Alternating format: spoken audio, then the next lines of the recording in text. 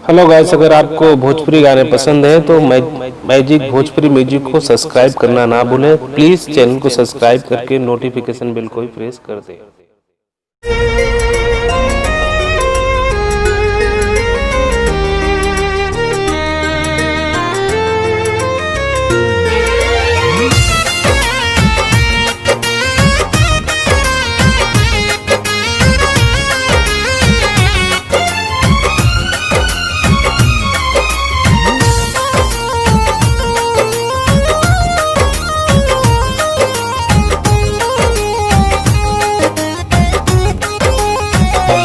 एगो दिलवे बा कैसे बाटे दीही, टुकड़ा टुकड़ा के कैसे काटे दीही।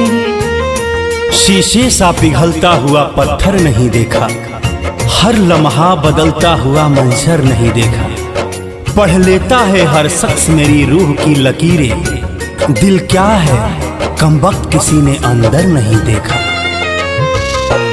एगो दिलवे बा कैसे बांट दीही, टुकड़ा टुकड़ा के कैसे काट दीही। कैसे करी उनके यार कौन करी फरियाद, जे दिलवा के सौदा हमरा बात कैले बा। ऊ हरदम रहे आबाद जे बर्बाद कैले बा।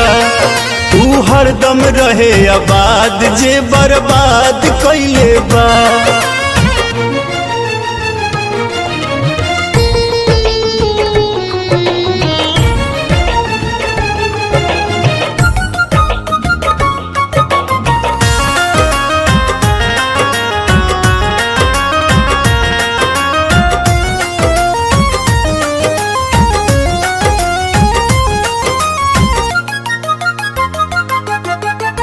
शीशा से भी ढेर चमक के, फूलों से भी ज्यादा गमक के। ऐसन नेह लगावल के हूँ सपवा रहे जैसे चंदन सटी के। जवन सोचनी ना बात उहे भइल हमसे घाट, महंगा पड़ी ओकरा जे ऐसन शुरुआत कैले बा। ऊ हरदम रहे आबाद जे बर्बाद कैले बा। ऊ हरदम रहे आबाद जे बर्बाद कैले बा।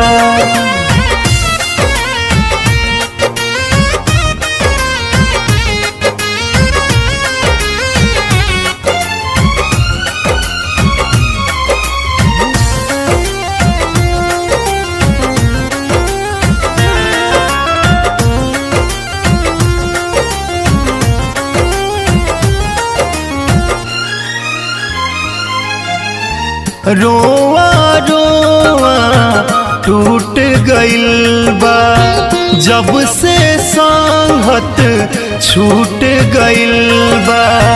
झूठो भरोसा राकेश कैला, लागे किस्मत रूठ गइल बा। राज सहल से समझावा, प्यार झूठा हो बतावा। सोना जैसन हमारा दिल के आधे आध कैले बा। तू हरदम रहे आबाद जे बर्बाद कैले बा। तू हरदम रहे आबाद जे बर्बाद कैले बा।